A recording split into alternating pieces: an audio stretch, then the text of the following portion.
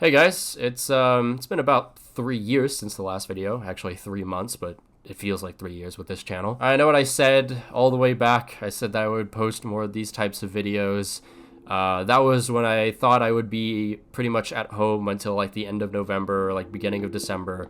Obviously, that didn't happen. I went to Asia for like 6 weeks from mid-October to beginning of January. But yeah, the last video, I wasn't really in the greatest headspace at all. It was mainly just because the channel wasn't doing amazingly, and also a couple other things that I'll probably talk about on this channel in a more vague sense next year. So yeah, don't worry too much about me, all right? I'll be alright, okay? A lot of the healing definitely was because of the 6-week vacation that I basically had. I did a little bit of recording here or there, and I'm going to release like a Japan vlog pretty soon.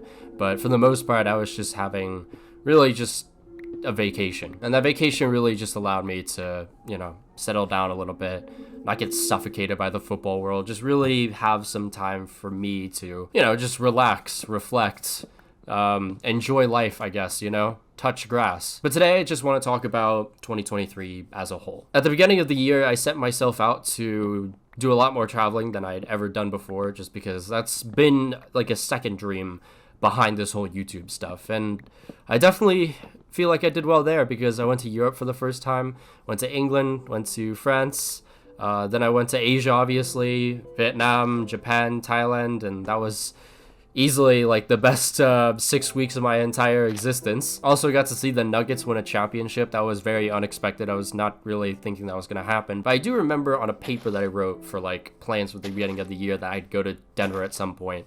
I just didn't think it would be that. Traveling was like one of the big things for me. And then another thing for me, and this was the more important thing, was setting myself out to, I guess, improve my social life in a way. Whether that was just to go visit and hang out with my friends more often, build connections with even more people, really just improve my social skills, because they have been shot for the last like 3 years. And I think I did really well with that, because I met so many different people, connected with so many different creators in person. It was really just a surreal experience, and I'm glad I set myself out to do that. Yeah, 2023 was a great year for me in terms of living my life outside of, content creation.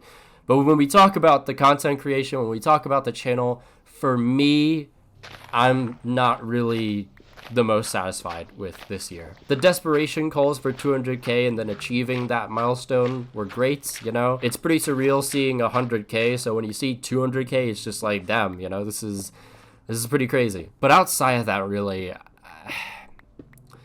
I just don't really feel like I had many fulfilling projects this year. And I think a lot of that kind of comes down to the fact that I did a lot of trendy content and, ironically enough, algorithm chasing. And when I say algorithm chasing, I really just mean anything that was just like current event stuff. I mean, I picked stuff that I was interested in, but it was never something that I was truly passionate about. It was just something that was like, okay, this is interesting.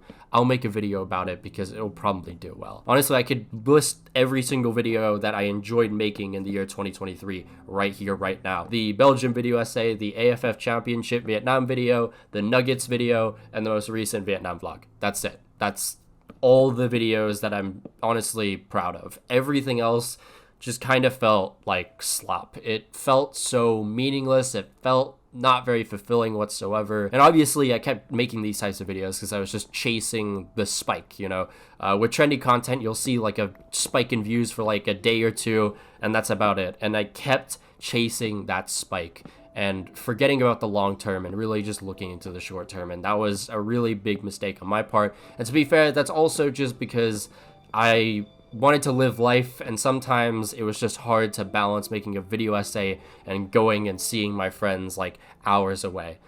I was pretty selfish this year, I'm not gonna deny that whatsoever. I was pretty selfish, but at the age of 22, man, and having really not experienced that much and really wanting to improve other aspects of my life, I just had to be selfish in some manner. Oh yeah, add the scoreboards video that weirdly decided to blow up in November to the list of videos I enjoyed, because that is also a passion of mine. But yeah, those 6 weeks where I just didn't really do much and I could just reflect on, video creation and all that kind of stuff, it was definitely a bit of a wake-up call for me. The start of that wake-up call was actually way back in, I think, like the September or something, It was the Moises Caicedo video.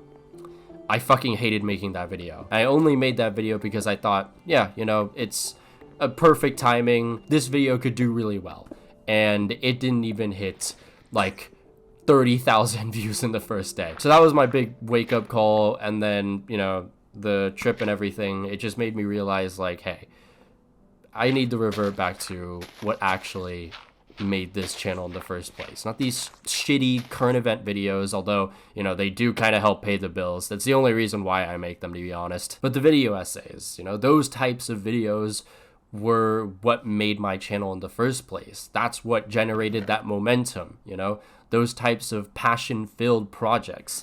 And I want to go back in that direction. I want to make more video essays at the expense of the current event videos this time, because in the end, I think that's the better way of going at this. It's less stress for me. I'm able to put more and more time into the video projects that I want to make. And I mean, like I've seen with you guys, like you can tell when I'm passionate about a video. You can tell when I'm not passionate about a video. I think this is a good message for all YouTubers. Your viewers can immediately tell, and I really mean this. Your viewers can tell immediately when you are passionate about a project or you aren't passionate about it. It's a mystery as to how they can, but deep down they can read your senses. Yeah, this video is just all over the place, but at the end of the day, I pretty much just want to say that this year was not so great.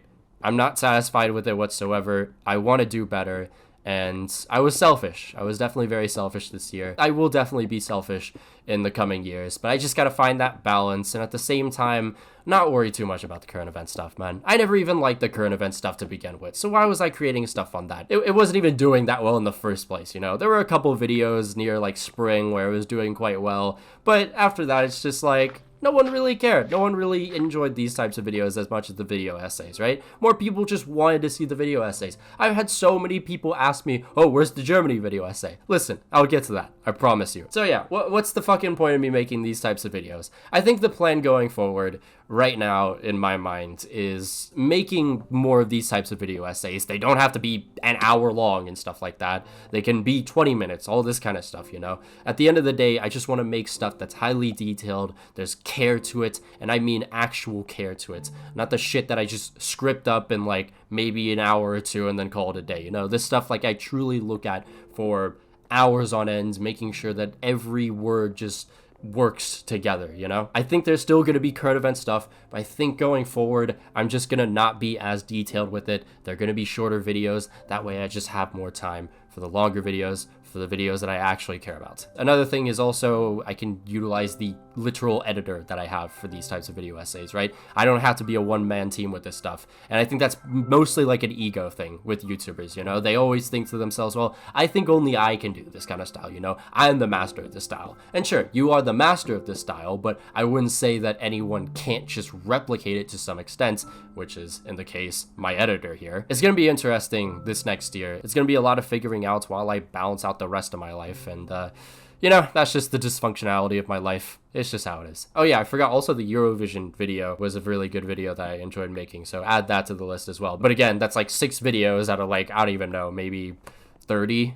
probably 40, something like that. Just to end this video off, in hindsight, yeah, this was not really a great year for me, but that's not because of you guys at all. That was literally just because of me. It's always because of me. This is my channel, obviously. But I do want to say, even though it wasn't that great of a year, I still appreciate each and every single one of you. It's been a journey of a lifetime, you know? Even when it's not really like the best momentum or any of that kind of stuff, I'm able to just wake up in the morning and be grateful that this is my job, because this has been a dream for my entire life. So you guys allowing me to live this dream, have the best job in the world, I mean, seriously, it's a blessing. I really wouldn't have it any other way. I may not respond to comments, but trust me, I read every single comment. I honestly check the comment tab like every hour. It's just that I never respond to any of them. But trust me, I see your comments, and every single comment really means a lot. So don't ever stop commenting, because I'm there. I'm there in spirit, okay? One thing I will say as well is that, you know, I wouldn't be able to live the life I've lived this year, Europe, Asia, all that kind of stuff, if it wasn't for you guys. And I mean that entirely, you know? I made that Vergelta Sendai video, you guys loved that video, and you know who else loved that video? The J-League, and that's what started that whole relationship. So literally, I mean this entirely. If it wasn't for you guys, that would have never happened. I never would have been able to live the dream of just walking around, seeing the lights of Japan and just listening to City Pop. It never would have been possible. So really, I mean this genuinely. It sounds cliche as hell, I understand, but from the deepest part of my heart, I really am appreciative of you guys, because not only do you allow me to live this dream, you allow me to live so many other dreams that I didn't even think I'd be able to live. So it's just been an amazing journey. But as I say, after every single milestone achieved, after every single year, this is just the beginning. Happy New Year's, guys, and I wish you all a fantastic, fulfilling 2024.